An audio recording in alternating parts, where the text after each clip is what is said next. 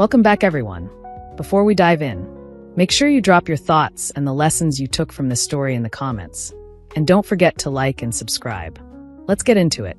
The day my husband Lawrence Hart died, I still had his coffee cup on the kitchen counter. It sat in the exact spot where he had left it, half full, the surface filmed over, the ring at the bottom stained dark. The coffee was cold, forgotten, just like the future he had promised me. We had been married for 23 years, long enough to build a life, long enough to believe in safety, long enough for me to think that wherever he was, I would always be part of his family. My name is Denise Hart. I am 62 years old. 3 days after Lawrence was buried in a quiet cemetery outside Richmond, Virginia, his sons came to take everything. The house was still filled with sympathy cards and wilting flowers. His coat still hung on the hook by the door. The air in the hallway smelled faintly of his aftershave. I was still waking up expecting to hear his footsteps, his soft "Good morning, Dee." Instead, that afternoon, I heard the heavy sound of a car door slamming and the front door opening without a knock. Reggie and Terrell arrived without warning. They did not bring flowers. They did not ask how I was holding up. They did not sit at the kitchen table and share memories about their father. They walked straight past the living room and into Lawrence's home office like they owned it. It was the same room where he used to read the morning news, the same worn leather chair where he had sat while doctors called with test results, the same desk where he once held my hand and whispered that he was afraid of getting sick. Reggie was the older one, tall, broad-shouldered, always dressed like a man who expected the world to bend for him. His charcoal suit looked expensive, his tie perfectly knotted, his expression controlled.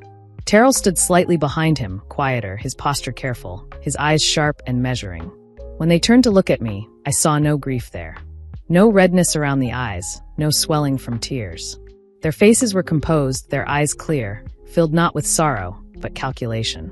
"Denise," Reggie said, using my name like it was a formality he had to get through before he reached the real purpose of his visit. "We need to talk about the estate." The word estate hit me harder than any condolence ever could. My husband was not even cold in the ground, and they were already dividing his life like inventory. Papers, accounts, property, everything reduced to a list to be claimed. Terrell cleared his throat and spoke with a gentle tone that sounded rehearsed. "We know this is a hard time for you," he said, folding his hands in front of him. "But there are legal matters that need to be handled right away. Dad would have wanted things to be handled efficiently." I looked at them standing there in Lawrence's office, breathing the air of a house they had never helped maintain, surrounded by the quiet echoes of nights they had never endured. They had not been here during the long hospital stays when I slept in a plastic chair and woke up every time Lawrence shifted.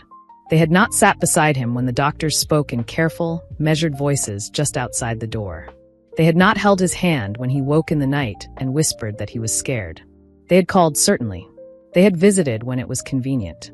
But they had not lived the daily reality of watching him fade. Yet here they were now, ready to claim what they believed was theirs. "What legal matters?" I asked, my voice thinner than I wanted it to be. I sat down in the chair opposite Lawrence's desk, because standing suddenly felt like too much effort. Reggie opened a leather folder and laid it carefully on the desk, as if even the gesture of setting it down belonged to him now. Inside were documents thick with dense text and signatures, pages that looked heavy with authority. "According to Dad's will," Reggie said, his tone smooth and professional, "the primary residence, the lake house, and the business assets go to Terrell and me." My heart stuttered. Our home. The house Lawrence and I had shared for 23 years. The place where we had laughed, argued, cooked dinner side by side, and planned the rest of our lives. The lake house where he had promised we would grow old together, sitting on the deck watching the water. "And me?" I asked quietly. The word felt fragile in my mouth. I noticed Terrell shift his weight, his eyes flicking briefly away from mine. His voice softened as if he believed that made the words kinder. "There is a life insurance policy for you," he said. $200,000. He watched my face carefully, looking for acceptance, perhaps for gratitude. $200,000 for a woman who had given up her career to support a family that never fully saw her. $200,000 for the person who had cooked, cleaned, scheduled appointments, sorted prescriptions, and sat through every terrifying scan. That was the moment something inside me clicked into place. I understood that they did not see me as Lawrence's wife. They saw me as an obstacle, one more problem in their way. An obstacle could be pushed aside. For a few seconds after Terrell spoke, I could not find my voice. $200,000 sounded like a large number until I compared it to the life I was about to lose. The mortgage payments, the property taxes, the cost of moving at my age, the yawning emptiness of being alone after decades of partnership. My chest tightened as if an invisible hand had wrapped around my ribs. Reggie leaned against Lawrence's desk with easy familiarity, as if he already owned it. "The house you are sitting in is valued at about $900,000, he said, tapping a page in the folder. "The lake house is worth around $700,000. The company brings in steady revenue, and its assets are significant. Dad wanted all of that to stay in the family." He paused. "The family," he repeated, the words hanging in the air like a small knife. I nodded slowly, not trusting myself to respond too quickly. "And where am I supposed to live?" I asked. My question was quiet, but it felt like it filled the room. Reggie did not hesitate. "You have 30 days, he replied. "That should be enough time to make arrangements. We will, of course, give you access to the life insurance funds as soon as the paperwork clears." He said it as if he were offering a favor. 30 days to pack up 23 years of memories. 30 days to decide what to keep and what to abandon. 30 days to find a new home, move my belongings, and somehow grieve my husband at the same time. The number circled in my head like a vulture. Terrell added, "We are not trying to be unkind, Denise. But Dad always believed that blood matters when it comes to legacy." The word blood settled into my bones like ice. Blood mattered, as if love, loyalty, and years of sacrifice meant nothing. I thought about the way Lawrence used to hold my hand in the evenings when we sat on the couch watching old movies. I thought about how he would kiss my forehead and call me his anchor. I thought about the countless times he had told me that he would make sure I was safe, no matter what. And now his sons were telling me I was worth less than a small insurance policy and a politely rushed deadline. "There is also something else," Reggie said, his tone shifting into a practiced seriousness. "During Dad's illness, he accumulated medical bills. Insurance covered most of it, but there is still about $180,000 outstanding." My chest tightened again. $180,000. That was almost all the life insurance money.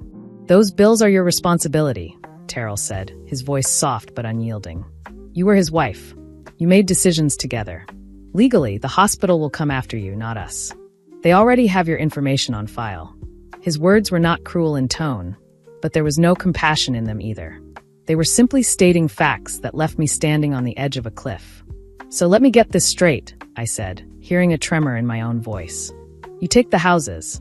You take the company. You take the future Lawrence and I built. And I take the debt." Reggie did not deny it. He simply nodded slightly. "That is how the will is written," he said. His eyes did not waver. He did not apologize. The room suddenly felt too small. I looked around Lawrence's office one last time as it was, before their presence changed it forever. The shelves lined with books he loved, the framed family photographs on the wall, the window that overlooked the maple tree he had planted the year we married.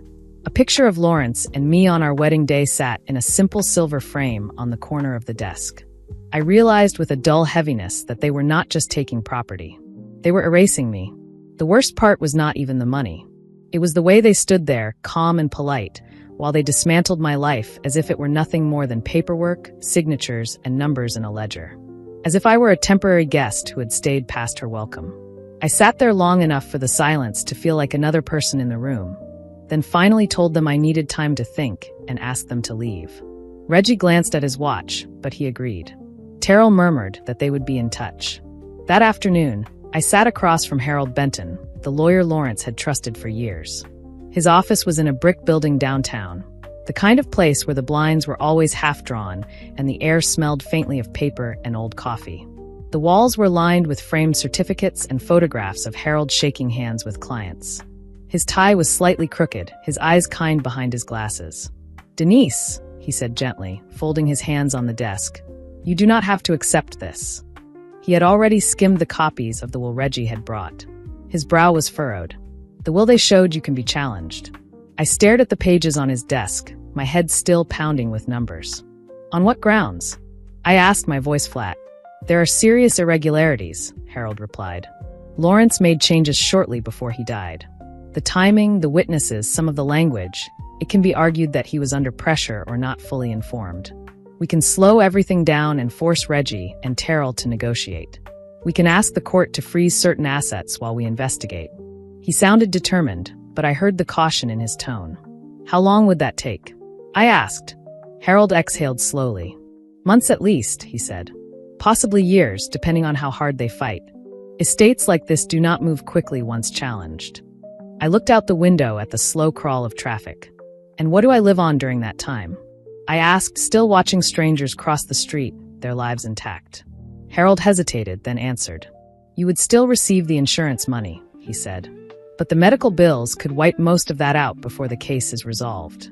The hospital and the collection agencies will not wait for the outcome of a will contest. You would be under a lot of pressure. And Reggie and Terrell will have their own attorneys fighting every step. He did not sugarcoat anything, and I appreciated that more than false reassurance. So I would be broke, stressed, and fighting two men who have no problem crushing me, I said quietly. My hands were folded in my lap, and I realized I was clenching my fingers together so tightly that my knuckles had turned white. Harold leaned forward slightly. Denise, he said, they are counting on you being too tired and too scared to fight back. That is how people like them win. They press until you give up. I stared down at my hands. The skin looked thinner than it used to, the veins more visible. I noticed a faint tremor in my fingers and pressed them together to still it. Lawrence always promised me I would be safe, I said, my voice barely above a whisper. He said I would never have to worry about money. He said he had taken care of everything. Harold nodded slowly. That is why this does not make sense, he said. This does not sound like Lawrence. What if I do not fight? I asked. Harold blinked, surprised. You mean, he said slowly, you would just sign everything over? I met his eyes. What if I let them have what they think they want? I asked. How fast could it be done if I signed? His discomfort was visible. He shifted in his chair, adjusting his glasses. Denise, you would be giving up your rights, he said. There would be no going back. No second chance to claim what should be yours. Once the documents are signed and filed, the properties and business are theirs. You would only have the insurance policy and whatever is left after the debts. I nodded. How fast? I asked again. He sighed. A week, maybe 2, he said, depending on the court filing schedule. I closed my eyes. Fighting would drain what little strength I had left. I could already imagine the endless meetings, the court hearings, the cold glances from Reggie and Terrell as they painted me as the greedy second wife. I could hear the whispers. She is trying to take what is not hers. The thought of living in that storm for months, maybe years, made my shoulders ache. But giving up felt like stepping into a dark room without knowing what waited inside. I am not weak, I said softly, opening my eyes again. I am just tired of being treated like I am nothing. Harold held my gaze for a moment, then nodded, though his expression remained troubled. I think you are making a mistake, he said. Maybe, I replied. But it is a mistake I am choosing. The decision was not a surrender. It was something else, something I could not yet name. That night, I sat alone in the living room, surrounded by the quiet that Lawrence used to fill. His favorite armchair sat empty, a folded blanket still draped over the back. Every sound felt louder without him. The ticking of the clock on the wall, the hum of the refrigerator, the distant rumble of a car passing by, my own breathing. The silence pressed on me like weight, but beneath it, something small and steady began to form. I thought about fighting in court. I imagined Reggie and Terrell sitting across from me in expensive suits, their faces full of indignation as their lawyers objected and argued. I imagined months of letters, phone calls, deadlines, and the strain of waiting. I imagined reading articles or court notices that painted me as the problem. I realized I did not have the strength for that kind of war, not after losing Lawrence. So I made a different choice. The next morning, I called Harold and told him I was ready to sign whatever papers Reggie and Terrell needed. He tried again to talk me out of it. His voice was patient but insistent. He reminded me of the value of the assets, of the house that held my memories, of the business Lawrence had built from nothing. I listened, but my mind was already fixed. They think I am surrendering, I told him. Let them believe that. Grief does strange things to people. It slows the world and sharpens it at the same time. It makes you look weak when all your energy is going into simply existing. It makes others think they can step over you while you are bent under the weight of loss. Reggie and Terrell had already decided I was beaten. What they did not understand was that I was done asking for fairness from people who had none to offer. Sometimes the quietest person in the room is the one who sees everything. When I hung up the phone, I walked into Lawrence's office one last time, not as a place that would soon belong to someone else, but as a room that still remembered him. The smell of his cologne lingered faintly in the air.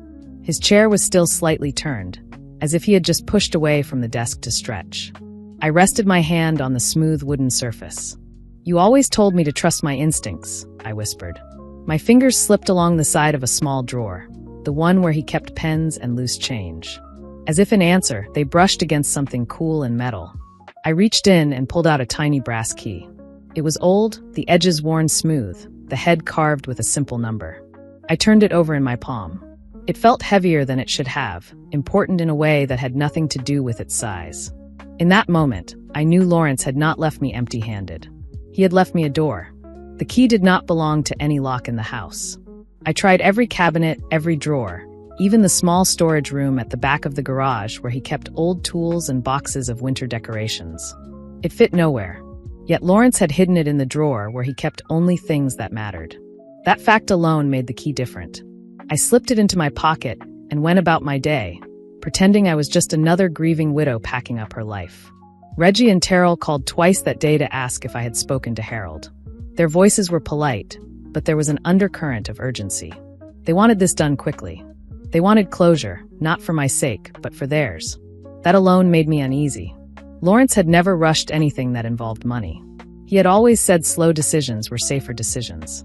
His sons, however, were acting like men afraid of running out of time. That night, I sat in the kitchen with a mug of tea, turning the brass key between my fingers. The metal glinted under the overhead light. "What did you leave me, Lawrence?" I whispered. The empty chairs around the table felt like an audience. I thought of the way he used to slide his hand over mine and say, "I am thinking ahead, Dee. You do not have to worry about everything." For the first time since he died, I felt something that was not only grief. It was curiosity. The next morning, I found the answer by accident. I was sorting through his wallet, the one the hospital had returned to me in a sealed plastic bag. I had avoided opening it, afraid of the wave of memories contained in something so simple.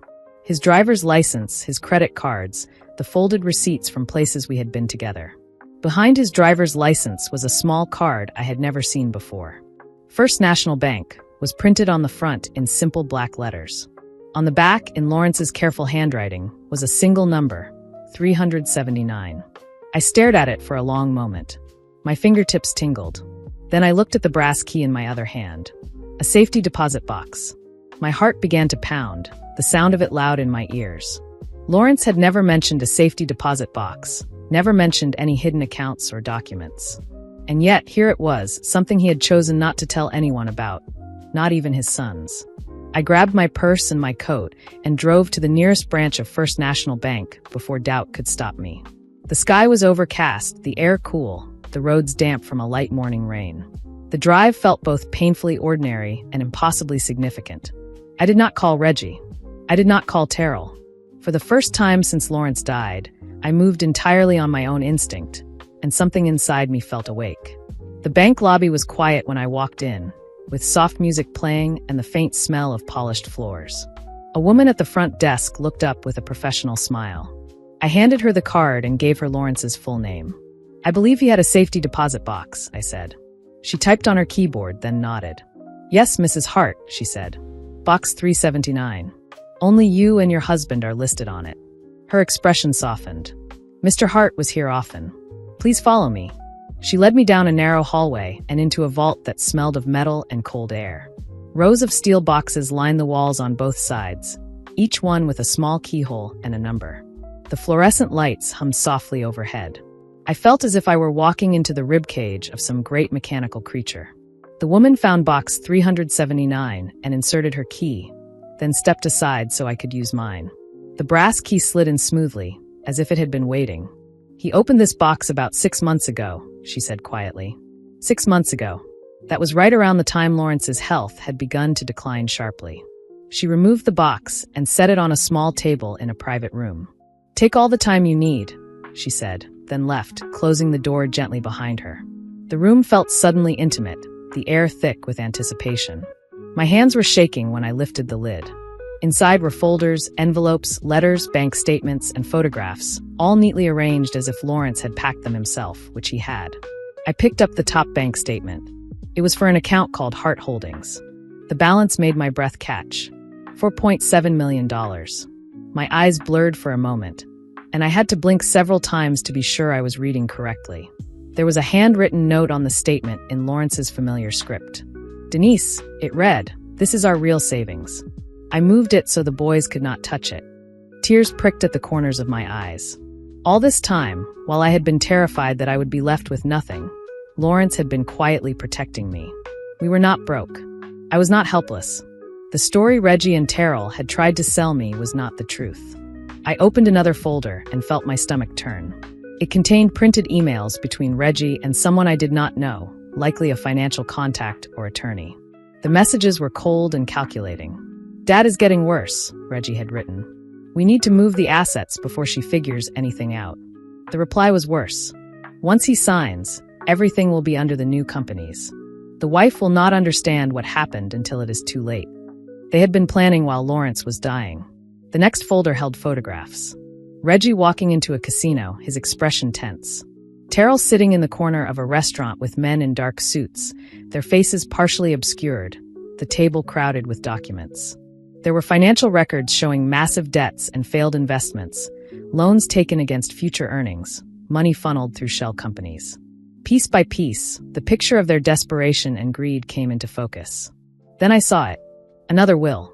This one was dated just weeks before Lawrence died. The pages felt almost warm in my hands. I read it, my eyes scanning every line. This will left everything to me. The properties, the business, the savings, the investments. There were provisions for modest trust funds for Reggie and Terrell, but nothing like what they believed they were owed. My hands pressed against the table to keep from falling. The will they had shown me was not the last one Lawrence signed. At the bottom of the box was a sealed envelope with my name written on it in Lawrence's careful handwriting. "Denise, open this after you have read everything else." My hands trembled as I broke the seal and unfolded the paper. "My dearest Denise," it began. "If you are reading this, then I am gone, and the boys have shown you who they really are." My throat tightened. I imagined him sitting at his desk, writing these words, knowing I would one day read them without him. Lawrence wrote about how Reggie and Terrell had suddenly become attentive when his health declined. How they had asked strange, pointed questions about bank accounts and property titles. How their concern did not feel like love, but like fear of losing control. "So I hired an investigator," he wrote. "I needed to know the truth." The truth, he said, was worse than he imagined. Reggie was using the business as collateral for gambling debts. Terrell was moving money from clients into secret accounts, counting on future deals to cover the gaps. They were not just greedy, they were dangerous. Lawrence explained how he moved the money into Hart Holdings, how he changed his will, and how he placed everything in this box for me to find. "The houses," he wrote, "are not gifts. I mortgaged them heavily. If the boys take them, they take the debt too." I had to sit down. Lawrence had turned their greed into a trap. He had anticipated what they would do and built a structure that would collapse around them, not me. The final lines of his letter made my chest ache and my eyes burn. "I am sorry I could not tell you while I was alive," he wrote. "I did not want to put you in danger, but I needed you to be safe when I was gone. I have given you the choice, Denise. Do what you think is right." For the first time since Lawrence died, I felt something close to peace. He had not abandoned me. He had not broken his promise. Even as his body failed him, he had been standing guard over my future. I sat there in that small room, surrounded by steel and paper, and let myself cry, not only from grief, but from relief. The story Reggie and Terrell thought they were writing had a different ending waiting. That evening, Reggie invited me to dinner at his house in an upscale suburb outside Richmond. "Terrell and his wife will be there too," he said over the phone. "We thought it would be nice to spend time together as a family before everything is finalized." His voice was smooth, but I heard a tightness under the surface. I agreed. My calm seemed to reassure him.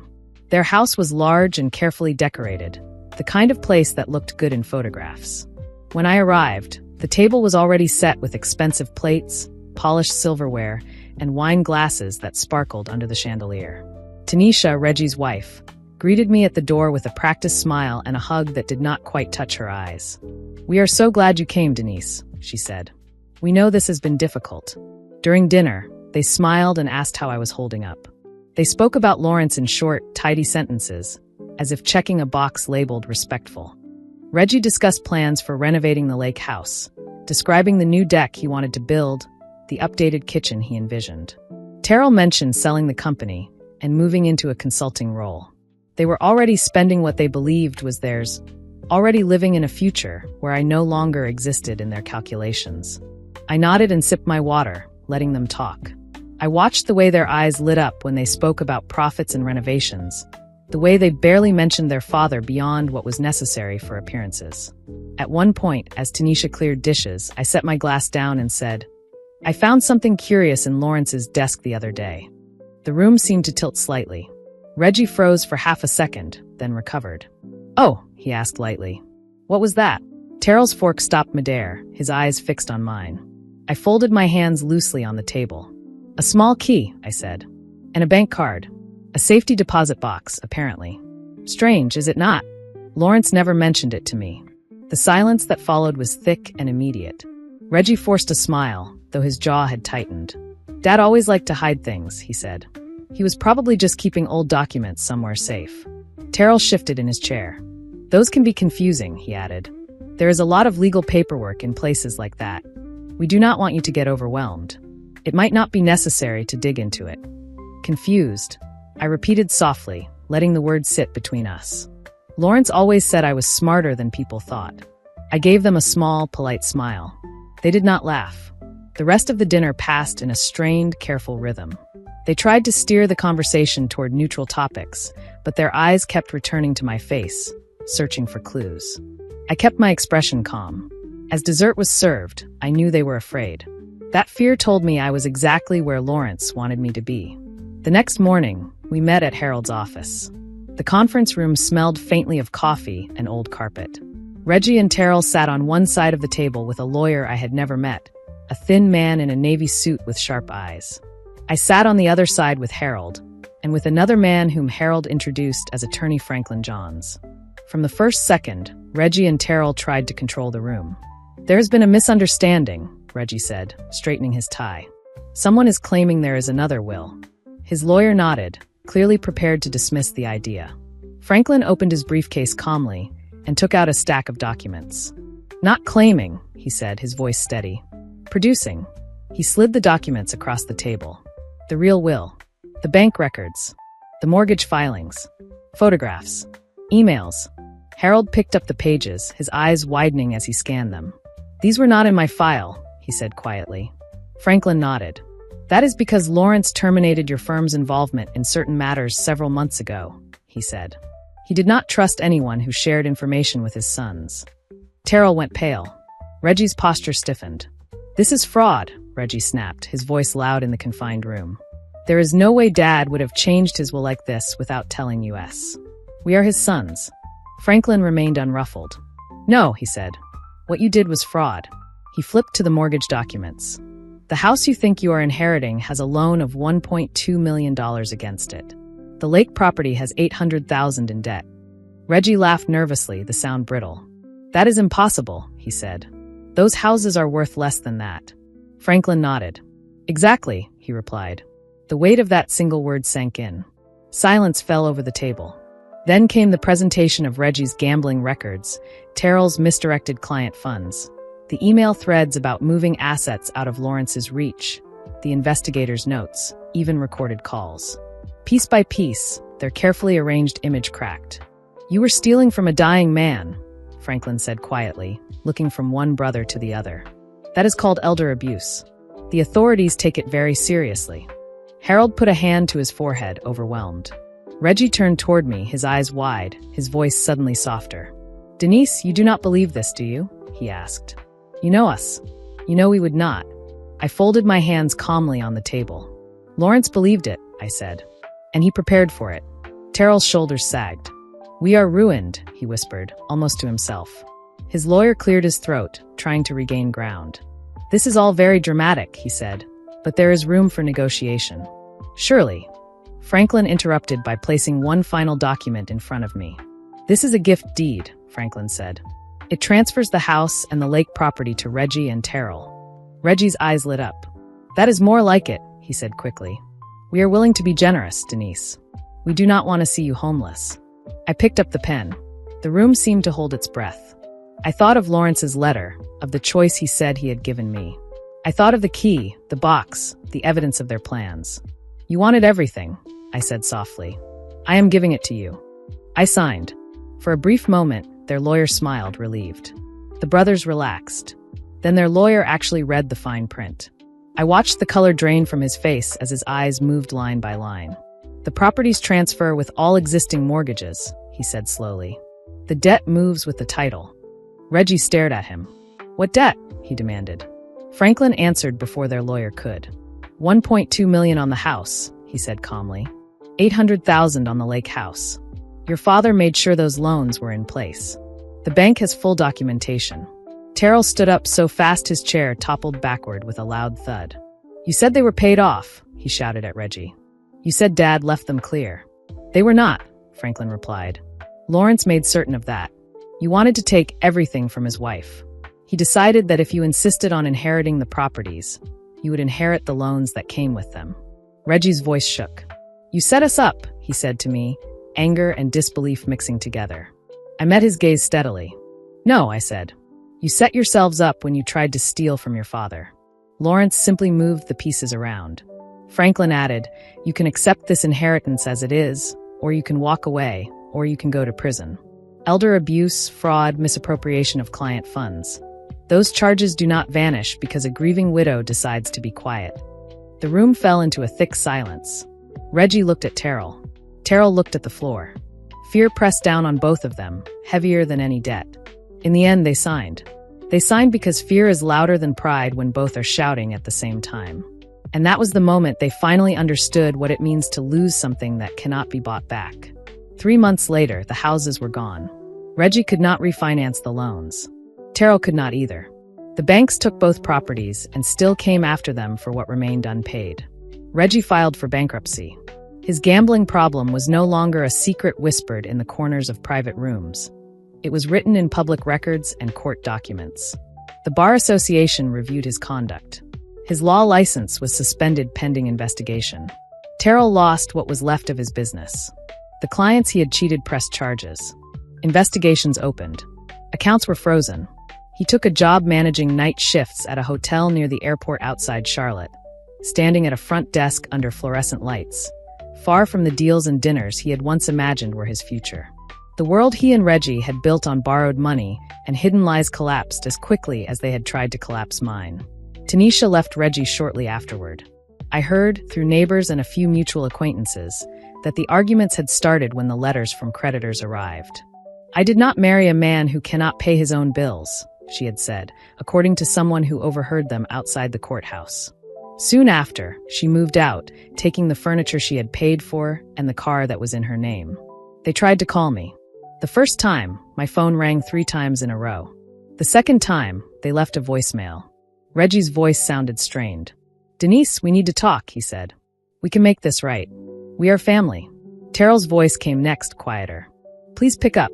We did not think it would turn out like this." I listened to the message once, then deleted it. The choice Lawrence gave me had been made. I did not owe them comfort.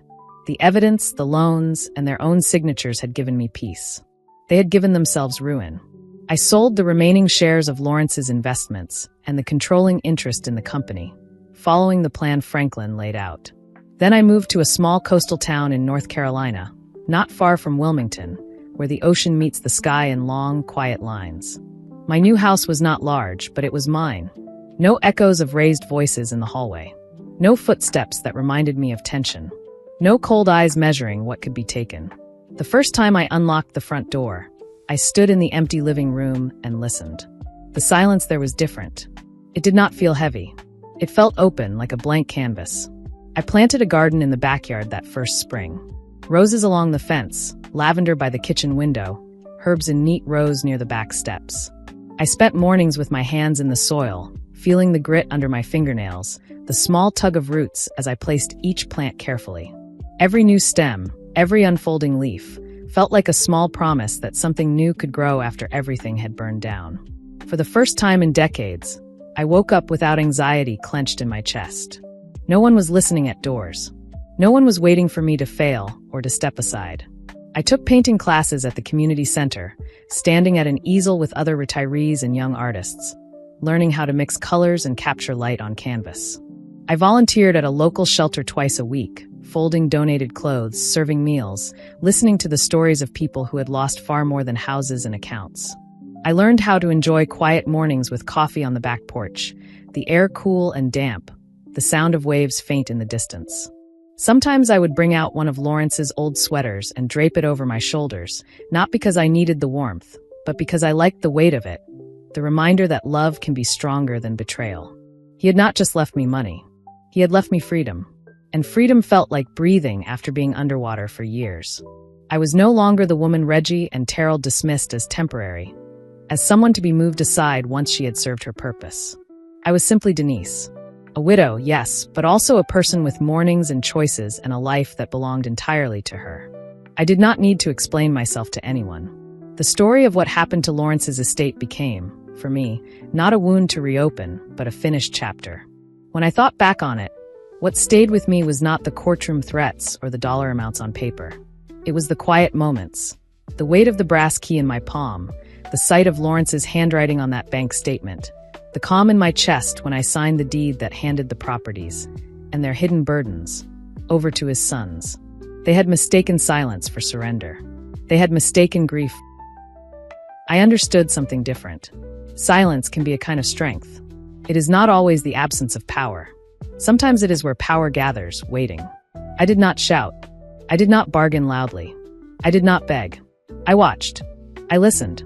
I remembered what Lawrence had taught me about patience and about trusting my instincts. In the end, I chose myself, exactly as he hoped I would. On some evenings, I sit on the small back deck of my new house and watch the sky turn shades of gold and pink over the water in the distance. I think of Lawrence then, of the man who had sat in a hospital bed and worried more about my future than about his own pain. I think of the letter he wrote, the way he trusted me to decide what was right. The world he prepared for me will never erase the loss of him, but it has given me a life where I am no longer erased. My story did not end in that conference room with signatures and accusations. It did not end when the moving trucks drove away from the house in Richmond. It did not end when Reggie and Terrell's lives collapsed under the weight of their own choices. It continued here, in a modest house near the ocean, in a garden that blooms a little more each year, in the quiet conviction that I survived something that was meant to break me, and remained entirely myself. If you enjoyed this story, please like, comment, and share this video with your friends. Subscribe and turn on the notification bell so you never miss a powerful story drop.